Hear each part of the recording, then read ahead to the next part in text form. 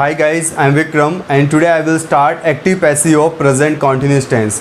तो what is the mean of present continuous tense? Present continuous tense का मतलब होता है कि कोई भी कार्य क्रिया जो कि वर्तमान में चल रही है और समय का जिक्र ना हो, तो इस प्रकार के वाक्यों की पहचान प्रेजेंट कॉन्टिन्यूस टेंस के तहत की जाती है।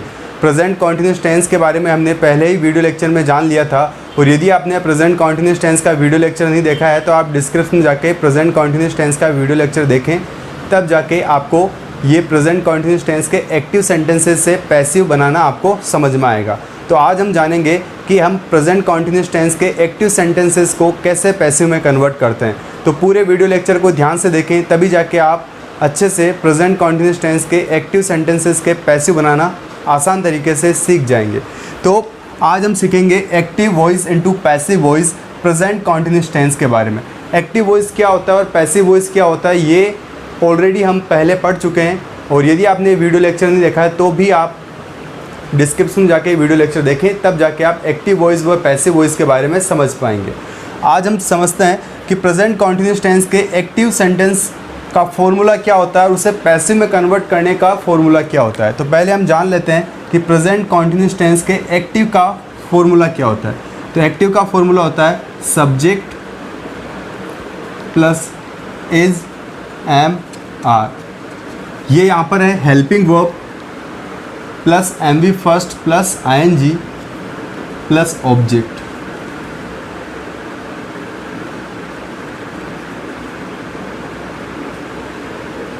तो सब्जेक्ट मीन्स होता है कर्ता, इज एम आर ये यहाँ पर है हेल्पिंग वर्ब अर्थात सहायक क्रिया, M V first plus I N G अर्थात मुख्य क्रिया, एंड ऑब्जेक्ट मीन्स होता है कारक। ये होता है एक्टिव का फॉर्मूला। अब इसे हमें कन्वर्ट करना है पैसिव में। ध्यान से समझे, यदि एक बार आपने समझ लिया तो फिर आगे आपको कहीं दिक्कत नहीं आएगी। तो हम क्या करते हैं, पैसिव बनाते वक्त ऑब्जेक्ट को बनाते हैं सब्जेक्ट। तो पहले हम क्या लिखेंगे, ऑब्जेक्ट। इस ऑब्जेक्ट को यहाँ पर क्या बनाना है, आपको सब्जेक्ट बनाना है। उसके तुरंत बाद आपको यहाँ पर हेल्पिंग वर्ब यूज़ करनी है। तो हेल्पिंग वर्ब क्या यूज़ करेंगे, हम वापस हेल्पिंग वर्ब यूज़ करेंगे इज़, एम और आर। और जैसा कि हम जानते हैं कि पैसिव में किसी भी सेंटेंस को कन्वर्ट करते वक्त हमेशा उसकी मेन वर्ब की थर्ड फॉर्म का यूज़ करते हैं। तो यहाँ पर M V first plus I N G को किस में कन्वर्ट करेंगे, एम वी थर्ड में कन्वर्ट करेंगे। लेकिन ये टेंस कौन सा है, प्रेजेंट कॉन्टिन्यूस टेंस, अर्थात प्रेजेंट कॉन्टिन्यूस टेंस हमेशा आई एन जी फॉर्म को फॉलो करता है। तो इसी रूल को देखते हुए हमें यहाँ पर क्या यूज़ करना पड़ेगा, बीइंग यूज़ करना होगा। क्या यूज़ करना होगा, बीइंग। और ये जो M V first plus I N G है, इसकी हमें क्या लिखनी पड़ेगी, मुख्य क्रिया की third form plus by plus subject को हमें यहाँ पर क्या बनाना है, ऑब्जेक्ट। अर्थात मैंने सब्जेक्ट को यहाँ पर लिखा, सब्जेक्ट यहाँ पर आके क्या बन जाएगा, आपका ऑब्जेक्ट बन जाए। दोबारा समझे इस फॉर्मूले को, आपको यूज़ करना है सब्जेक्ट। एक्टिव सेंटेंस का फॉर्मूला याद रखें कि सब्जेक्ट के तुरंत बाद जब भी इज एम आर मिले, इज एम आर के तुरंत बाद M V first plus I N G plus अगर ऑब्जेक्ट गिवन है, तो ये आप ये समझे कि ये फॉर्मूला किसका होता है, प्रेजेंट कॉन्टिन्यूस टेंस। क्लियर। अब इसका पैसिव हमें कन्वर्ट करना है, तो पहले हमें क्या करना होगा, ऑब्जेक्ट को क्या बनाना होता है, सब्जेक्ट। मैंने यहाँ पर ऑब्जेक्ट लिखा ताकि आपको अच्छे से समझ में आ जाए कि इस ऑब्जेक्ट को क्या करना है, आपको स्टार्टिंग में लिखना है, और ये क्या बन जाएगा यहाँ पर सब्जेक्ट। और यदि ये ऑब्जेक्ट आपका सिंगुलर है तो यहाँ पर क्या यूज़ करेंगे, इज़ यूज़ करेंगे। यदि ऑब्जेक्ट आपका मी है तो मी आगे आके क्या बनेगा, आई बनेगा। तो आई के साथ हम क्या यूज़ करते हैं, एम यूज़ करते हैं। अगर आपका ऑब्जेक्ट क्या है, प्लूरल है, और प्लूरल है तो हम जानते हैं कि जब आपका ऑब्जेक्ट प्लूरल तो यहाँ पर सब्जेक्ट भी क्या बनेगा, प्लूरल। तो उसके साथ हेल्पिंग वर्ब क्या आएगी, आर।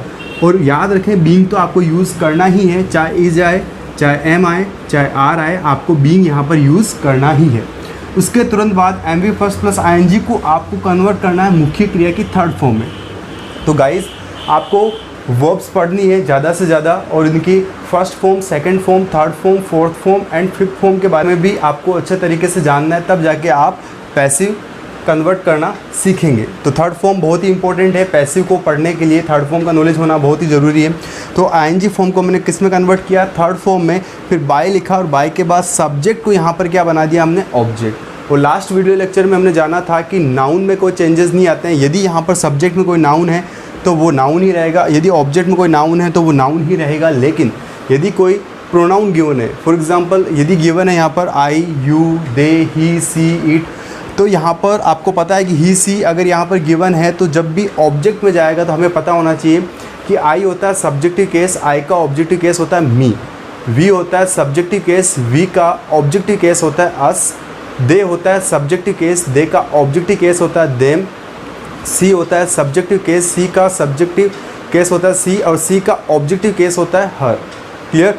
अब होता है आई का ऑब्जेक्टिव केस होता है मी, यू का ऑब्जेक्टिव केस यू ही रहता है। तो इस तरीके से आपको पहले ये समझ लेना है प्रोनाउन की टेबल के बारे में।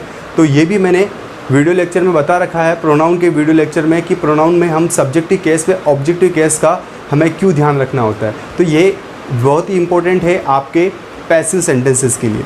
तो आज आपको ये फॉर्मूला क्लियर होगा। अब याद रखें कि हमेशा फॉर्मूला बनेगा पॉजिटिव का, अर्थात हमने पॉजिटिव के पैसिव को सीखा। यदि यहाँ पर नेगेटिव की बात हो जाए तो कुछ नहीं करना है, सिंपल सा है कि आपको थर्ड नंबर पे यहाँ पर क्या ऐड करना है, नोट ऐड करना है, और पैसिव में भी यहाँ पर आपको थर्ड नंबर पे क्या ऐड करना है, नोट ऐड करना है। क्लियर। तो अब हम बात करते हैं एग्जाम्पल्स की कि कैसे हम एग्जाम्पल फ्रेम करेंगे। तो हम एग्जाम्पल समझेंगे विथ हिंदी विथ इंग्लिश, ताकि आपको प्रेजेंट कॉन्टिन्यूस टेंस के जो एक्टिव टू पैसिव जो सेंटेंस फ्रेम करते हैं वो अच्छे से क्लियर हो जाए। तो पहले एग्जाम्पल है, वह क्रिकेट खेल रहा है। बहुत ही इजी एग्जाम्पल लेके प्रैक्टिस करेंगे ताकि आपको एक बार अच्छे से क्लियर हो जाए। तो वह क्रिकेट खेल रहा है। जैसा कि हम जानते हैं कि कोई भी कार्य क्रिया जो कि वर्तमान में चल रही है तो इस प्रकार के वाक्यों की पहचान प्रेजेंट कॉन्टिन्यूस टेंस के तहत की जाती है। तो ही, हमें पता है ही के साथ कौन सा सब्जेक्ट, कौन सी हेल्पिंग वर्ब यूज़ करते हैं, सिंगुलर। तो क्या यूज़ करेंगे, इज़। ही इज़, और प्ले में क्या ऐड करेंगे, आईएनजी फॉर्म। तो ही इज़ प्लेइंग क्या, क्रिकेट। तो सबसे पहले हमें, यदि आपकी प्रैक्टिस इतनी नहीं है, आप स्टार्टिंग में अगर एक्टिव को पैसिव में कन्वर्ट कर रहे हैं तो पहले आप ये समझें कि सब्जेक्ट कहाँ पर है, हेल्पिंग वर्ब कहाँ पर है, मेन वर्ब कहाँ पर है और ऑब्जेक्ट कहाँ पर है। उसके बाद आप ये पहचानें कि टेंस कौन सा है। उसके बाद आप पैसिव के फॉर्मूले के बारे में फोकस करें कि भाई प्रेजेंट कॉन्टिन्यूस टेंस है तो प्रेजेंट कॉन्टिन्यूस टेंस का पैसिव का फॉर्मूला क्या होगा। तो स्टेप बाय स्टेप आपको प्रैक्टिस करनी होगी। आप जैसे जैसे प्रैक्टिस करेंगे वैसे वैसे जो आपका ये एक्टिव पैसिव है प्रेजेंट कॉन्टिन्यूस टेंस का अच्छे से क्लियर हो जाएगा। तो यहाँ समझते हैं, ही यहाँ पर क्या आपका सब्जेक्ट है, इज़ यहाँ पर क्या है हेल्पिंग वर्ब, प्लेइंग यहाँ पर क्या है मेन वर्ब की first form plus ING, cricket यहाँ पर क्या है ऑब्जेक्ट। और जैसा कि हम जानते हैं कि पैसिव के फॉर्मूले में ऑब्जेक्ट को हम क्या बनाते हैं, सब्जेक्ट। तो क्रिकेट यहाँ पर आएगा। और याद रखें स्पोर्ट्स के अंदर किसी भी गेम का नाम आए तो वो हमेशा सिंगुलर माना जाएगा। तो क्रिकेट के साथ क्या यूज़ करेंगे, singular helping verb, cricket is. और जैसा कि हमने फॉर्मूले में पढ़ा कि इज़ एम आर, अर्थात हेल्पिंग वर्ब के तुरंत बाद क्या यूज़ करना है, आपको बीइंग यूज़ करना है। तो बीइंग, क्रिकेट इज़ बीइंग। और प्लेइंग की थर्ड फॉर्म होती है played. Cricket is being played by, और ही कन्वर्ट होता है किसमें, हिम में, जब ऑब्जेक्टिव केस में हम यूज़ करते हैं। तो cricket is being played by him.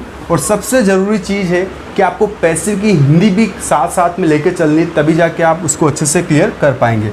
तो हिंदी क्या होगी इसकी, क्रिकेट खेला जा रहा है उसके द्वारा, क्रिकेट खेला जा रहा है उसके द्वारा, cricket is being played by him.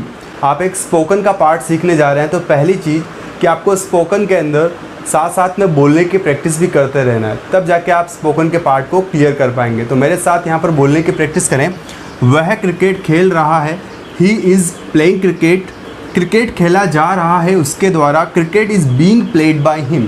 तो ये बात हुई कि हमने पॉजिटिव सेंटेंस को कैसे हमने पैसिव में कन्वर्ट किया। अब हम आसान तरीके से ये भी सीख लेते हैं कि कैसे हम नेगेटिव के एक्टिव को कैसे हम पैसिव में कन्वर्ट करते हैं। तो ध्यान से समझे, यहाँ पर अगर सेंटेंस ऐसे हो, वह क्रिकेट नहीं खेल रहा है, तो सेंटेंस क्या होगा इंग्लिश में, ही इज़ नॉट, क्या यूज़ करना है यहाँ पर, नॉट प्लेइंग क्रिकेट। वह क्रिकेट नहीं खेल रहा है, he is not playing cricket. Passive की हिंदी क्या होगी ये पहले समझ लेते हैं, क्रिकेट नहीं खेला जा रहा है उसके द्वारा। सेंटेंस क्या फ्रेम होगा, क्रिकेट इज़ नॉट, क्या यूज़ करना है यहाँ पर, not being played by him. Being के बाद नॉट यूज़ ना करके बीइंग के पहले नोट यूज़ करें। ये बात अच्छे से माइंड में रखें, क्योंकि बहुत सारे ये मिस्टेक करते हैं कि बीइंग के बाद नोट यूज़ कर देते हैं। आपको याद रखना है कि नोट कहाँ पर आएगा, इज़, एम या आर के तुरंत बाद। तो यहाँ पर क्रिकेट क्या था, एक स्पोर्ट्स है और सिंगुलर माना, इसलिए यहाँ पर क्या यूज़ किया हमने, is cricket is not being played by him, cricket नहीं खेला जा रहा है उसके द्वारा। तो इस तरीके से आप सेंटेंसेस को फ्रेम कर सकते हैं, जिससे कि आपका जो स्पोकन का पार्ट है वो अच्छे से क्लियर हो जाए। अगर मानो कि ये अगर इंटरोगेटिव का फ्रेम करना हो तो कैसे होगा, ध्यान से समझे। क्या वह क्रिकेट खेल रहा है। अब जब भी हम इंटरोगेटिव करते हैं तो क्या करते हैं, पहले हम हेल्पिंग वर्ब का पहले यूज़ करते हैं। सेंटेंस का फ्रेम होगा इज़ ही प्लेइंग क्रिकेट, क्या वह क्रिकेट खेल रहा है, और क्वेश्चन मार्क का यूज़ करेंगे। तो पैसिव की हिंदी क्या बनेगी, क्या क्रिकेट खेला जा रहा है उसके द्वारा। तो यहाँ पर हेल्पिंग वर्ब क्या इज़ है, तो पहले लिखेंगे, क्या लिखेंगे, is cricket being played by him, क्या क्रिकेट खेला जा रहा है उसके द्वारा। अगर ये बात करें इंटरोनेगेटिव की, सेंटेंस क्या फ्रेम होगा, क्या वह क्रिकेट नहीं खेल रहा है, is he not playing cricket. Passive क्या होगा, क्या क्रिकेट नहीं खेला जा रहा है उसके द्वारा। तो यहाँ पर भी हेल्पिंग वर्ब यूज़ करेंगे आगे, और सब्जेक्ट तुरंत बाद क्या यूज़ करेंगे, नॉट। तो is cricket not being played by him, क्या क्रिकेट नहीं खेला जा रहा है उसके द्वारा। तो इस तरीके से हम सेंटेंस फ्रेम करेंगे, तभी जाके आपका जो स्पोकन का पार्ट है वो अच्छे से क्लियर हो जाए। एक और एग्जांपल लेके प्रैक्टिस करते हैं ताकि आपको और अच्छे से क्लियर हो। तो यहाँ समझे, एक और एग्जांपल।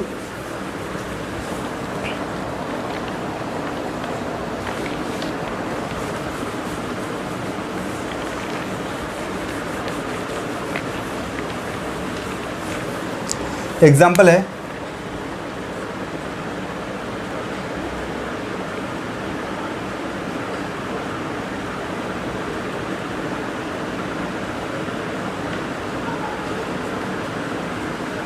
कविता अंग्रेजी बोल रही है। एग्जाम्पल है आपका, कविता अंग्रेजी बोल रही है। इसका इंग्लिश फ्रेम करते हैं पहले, Kavita is speaking English.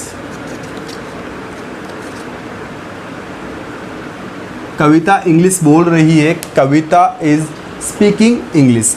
Kavita यहाँ पर क्या है, subject is helping verb speaking, main verb की first form plus ING, and English यहाँ पर क्या है, ऑब्जेक्ट। और याद रखें, कोई सा भी अगर आपकी कोई लैंग्वेज का पार्ट आ रहा है, जैसे हिंदी, इंग्लिश, फ्रेंच, स्पेनिश, तो ये वर्ड हमेशा क्या होता है, सिंगुलर माने जाते हैं। तो यहाँ पर हम ऑब्जेक्ट को क्या बनाएंगे, सब्जेक्ट। तो इंग्लिश यहाँ पर जब भी आएगा, अर्थात सब्जेक्ट का नाम जब भी यहाँ पर आए तो उसे हमेशा सिंगुलर माना जाएगा। तो हेल्पिंग वर्ब क्या आएगी, सिंगुलर आएगी। अब ये ना माने कि यहाँ से कॉपी किया है, ये कॉपी नहीं किया है, बल्कि हमने ये देखा कि आपका जो ऑब्जेक्ट है वो सिंगुलर है, इसलिए हमने हेल्पिंग वर्ब क्या यूज़ की है, सिंगुलर।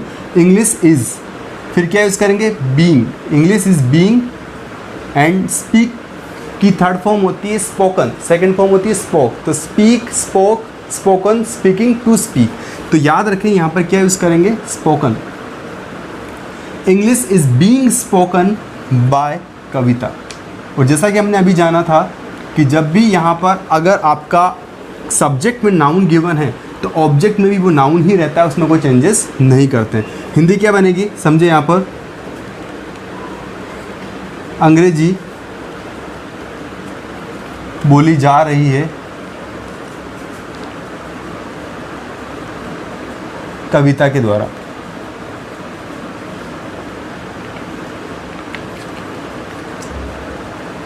अंग्रेजी बोली जा रही है कविता के द्वारा। इंग्लिश क्या फ्रेम होगी, English is being spoken by Kavita. तो इसके हम सारे सेंटेंस समझ लेते हैं, ध्यान से समझें। कविता अंग्रेजी बोल रही है, Kavita is speaking English, English बोली जा रही है कविता के द्वारा। English is being spoken by Kavita. Kavita अंग्रेजी नहीं बोल रही है, Kavita is not speaking English. Passive देखें, अंग्रेजी नहीं बोली जा रही है कविता के द्वारा। English is not being spoken by Kavita. अब देखें यहाँ पर इंटरोगेटिव, क्या कविता इंग्लिश बोल रही है, is Kavita speaking English. Passive देखें यहाँ पर, क्या अंग्रेजी बोली जा रही है कविता के द्वारा, is English being spoken by Kavita. Interrogative देखें एक्टिव का, क्या कविता इंग्लिश नहीं बोल रही है, is Kavita not speaking English. Passive देखें, क्या इंग्लिश नहीं बोली जा रही है कविता के द्वारा, is English not being spoken by Kavita. तो ये क्लियर होगा आपको। अब हम बात कर लेते हैं एक प्लूरल का सेंटेंस लेके, ताकि आपको वो भी समझ में आ जाए।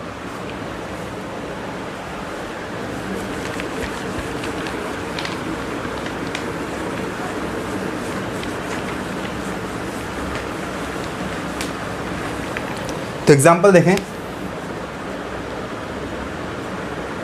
तुम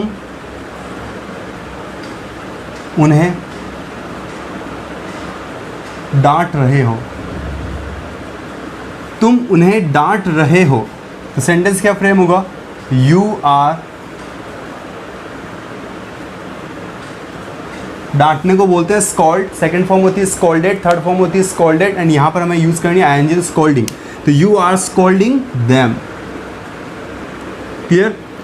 यू यहां पर क्या आपका subject, are helping verb, scolding main verb की first form plus ING, them यहां पर क्या आपका ऑब्जेक्ट, क्लियर। अब बात करते हैं कि हमें ऑब्जेक्ट को क्या बनाना है, यहाँ पर सब्जेक्ट बनाना है। तो दे, जब भी आपका सब्जेक्ट केस बनता है, क्या बनता है वो दे, वो दे के साथ कौन सी हेल्पिंग वर्ब आती है, आर, तो दे आर। अब ये ना समझे कि हमने इसको कॉपी किया है, बल्कि देम को हमने दे बनाया और दे के साथ कौन सी हेल्पिंग वर्ब यूज करते हैं, आर। तो they are being scolded by you, clear. They are being scolded by you, उन्हें डांटा जा रहा है